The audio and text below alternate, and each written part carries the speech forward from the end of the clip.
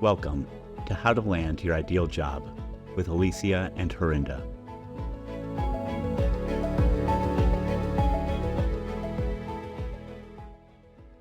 Welcome to How to Land Your Ideal Job, the podcast that offers a step-by-step blueprint to finding and getting the job you want. Hi, I'm Alicia. And I'm Harinda, and today we hope to prepare you for your first day at work.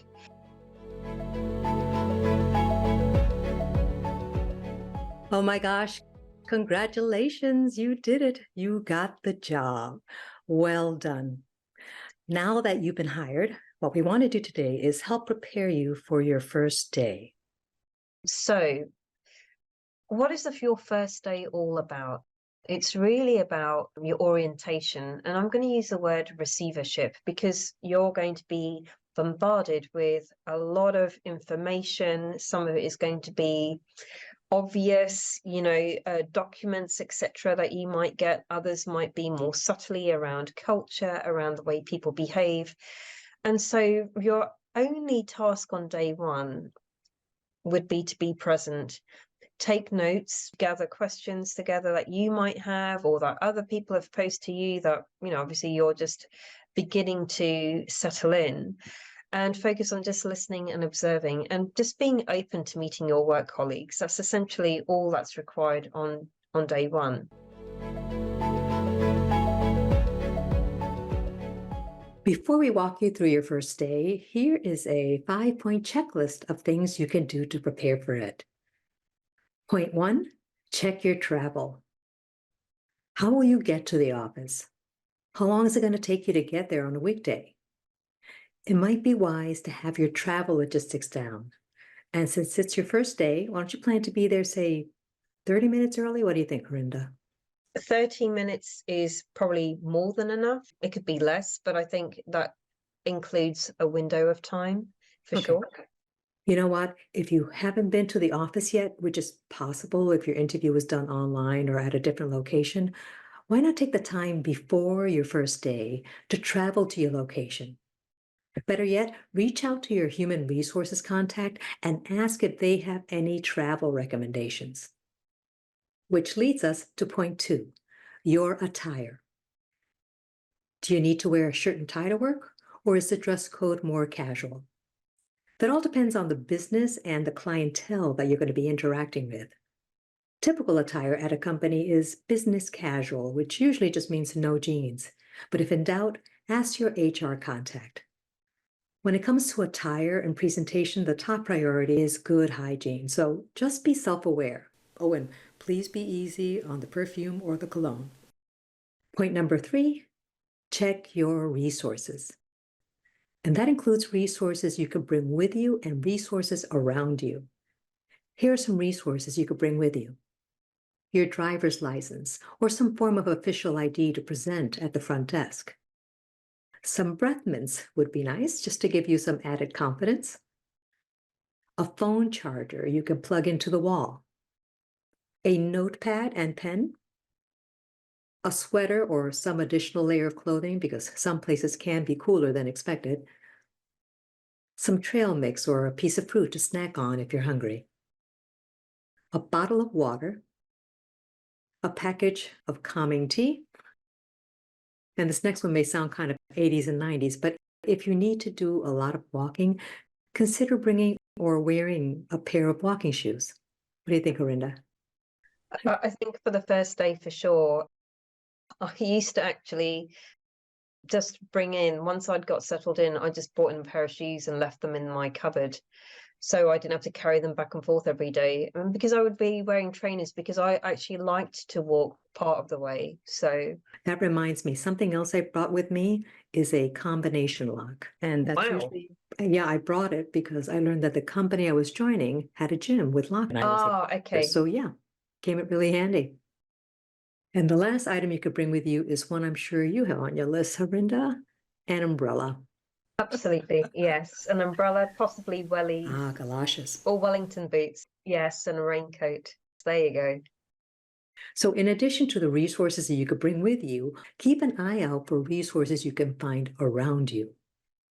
The next time you're at the office, see what restaurants are in the area That way you'll have some options to consider when it's time for lunch. Also, take note of nearby banks, coffee shops, and clean bathrooms. And point number 4, check your contacts. Will somebody be there to greet you on day 1? Do you know who they are?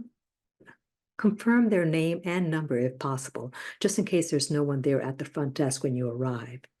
And if you work remotely, you may have already received instructions on what to do on day 1, but if not, reach out to your contact before you start to get your schedule for the day. And that leads us to point 5, to check your elevator pitch. Sometimes meeting new people can be awkward, and having a short self-introduction can help you through those moments. Anything else, Harinda? No, I think short and sharp as you can keep it. It usually depends on the organization, but you may be meeting a lot of people on your first day, and then to keep on repeating it, particularly if you've got a lot in mind that you want to share, it probably pays to be more succinct. So it's really, who are you? And that you're open to asking questions about what's going on, how you connect with them. I think that's really key. Got it. Do a quick intro and focus the rest of the time on learning more about them. Absolutely. Yes. Absolutely. That's essentially what that connection is all about. There you have it. Your travel, your attire, your resources, your company contact, and your elevator pitch. 5 hopefully helpful checkpoints to prepare you for your first day at work.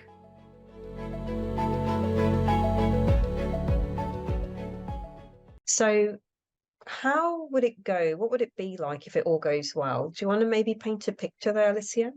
Sure. If all goes well, your orientation timeline could look something like this. You wake up and set a positive intention for the day to have a good day and learn from that day. And once you've arrived at the office, ask the front desk to let your contact know that you've arrived. Your contact will probably whisk you away to go get your employee ID card. And then either your HR contact or someone you'll be working with will come down to help you out and show you around the area, like the location of the cafeteria, the mailroom, bathrooms, gym lockers, where you can find the best coffee, anything that may be part of your daily routine. Then they will get you situated, at least for the day. Some offices have open environments, and where you sit could depend on what's available and on what time you get there. Then hopefully you'll be assigned a laptop and an email address. Other than that, you'll probably spend the rest of the time just meeting people and perhaps going through some form of new employee training by Human Resources.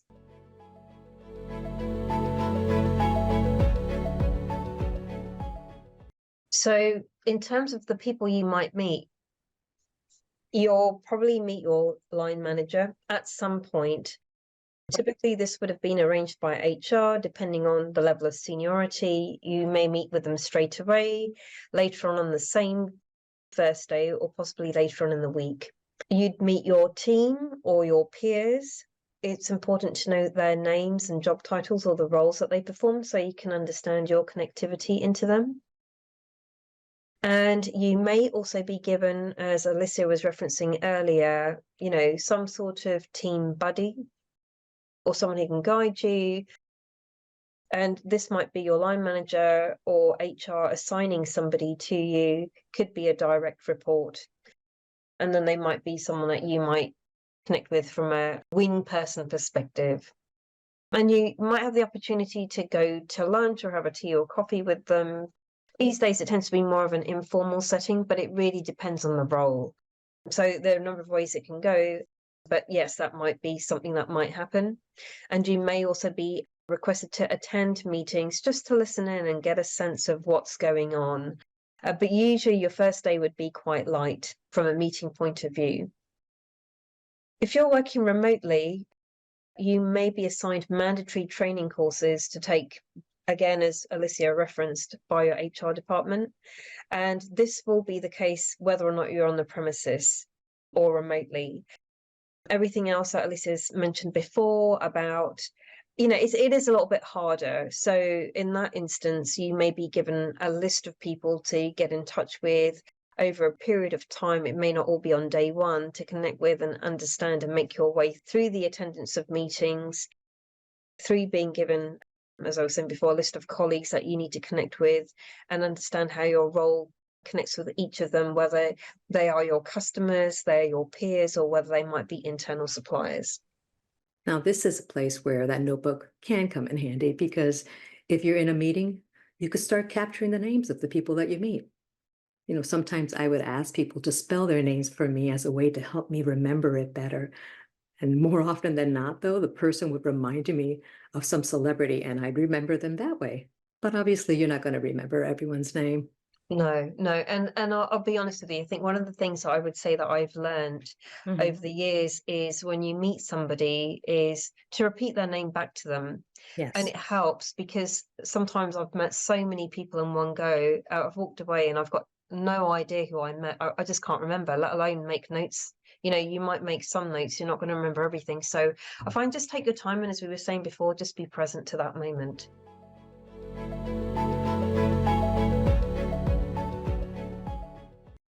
So this is all great if things go well, but what if some elements don't go well, and what happens if things don't go as expected? So I'm going to share a story of one place where I worked. And so I'd been verbally offered a role, and I was very excited to join this organization. And I remembered after the verbal offer, I was waiting 2 weeks and I hadn't heard a squeak from the organization.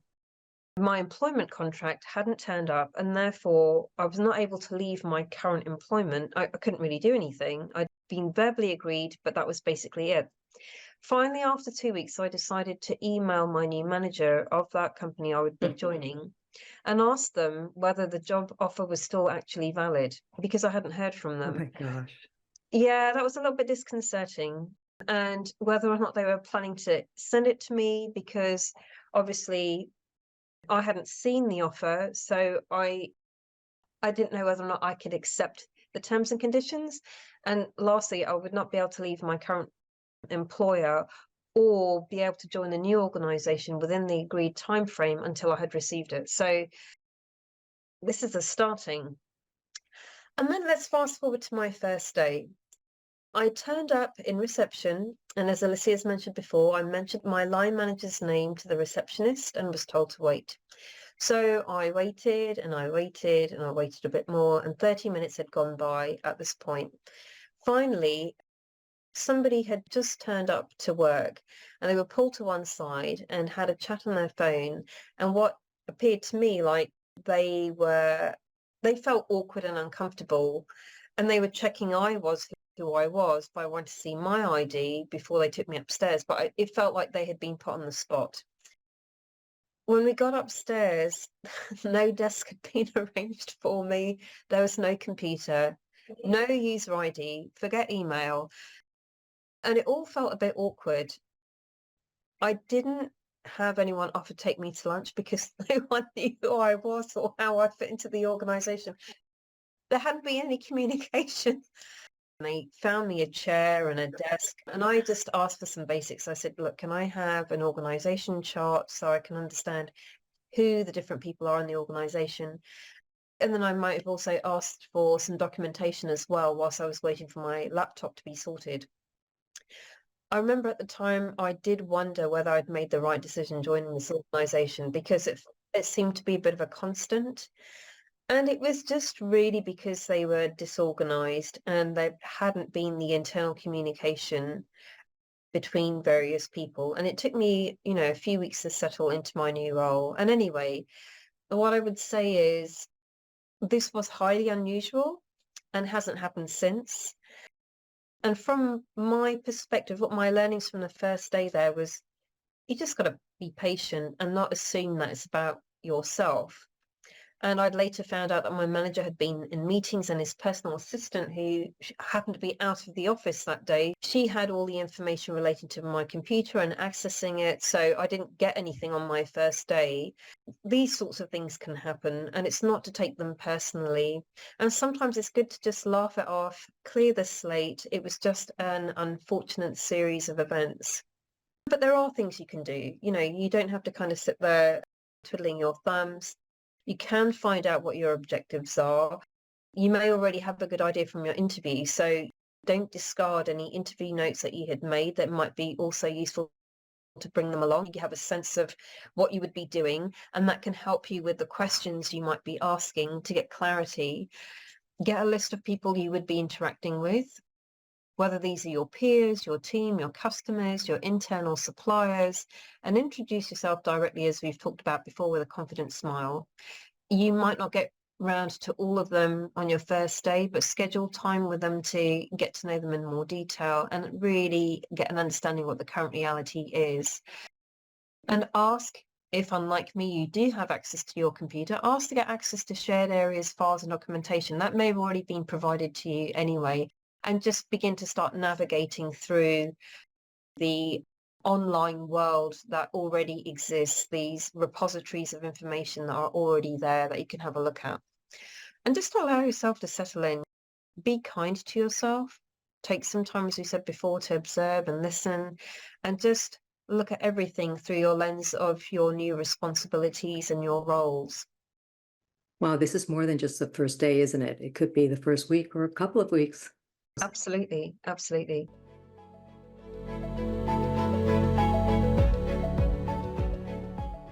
So when it comes to your first day, just enjoy it. There are no expectations of you except to be present and show them what we already know, that they're very lucky to have you. Do make sure to visit our resources page, where we include links to all the articles and the tools that we've referenced to today. And check out our other episodes, because when you combine the information with what was discussed today, you do level up your chances of landing your ideal job. We hope this episode has been helpful, and if you know of anyone else who would appreciate this information, please share it with them. We look forward to sharing more on how to land your ideal job.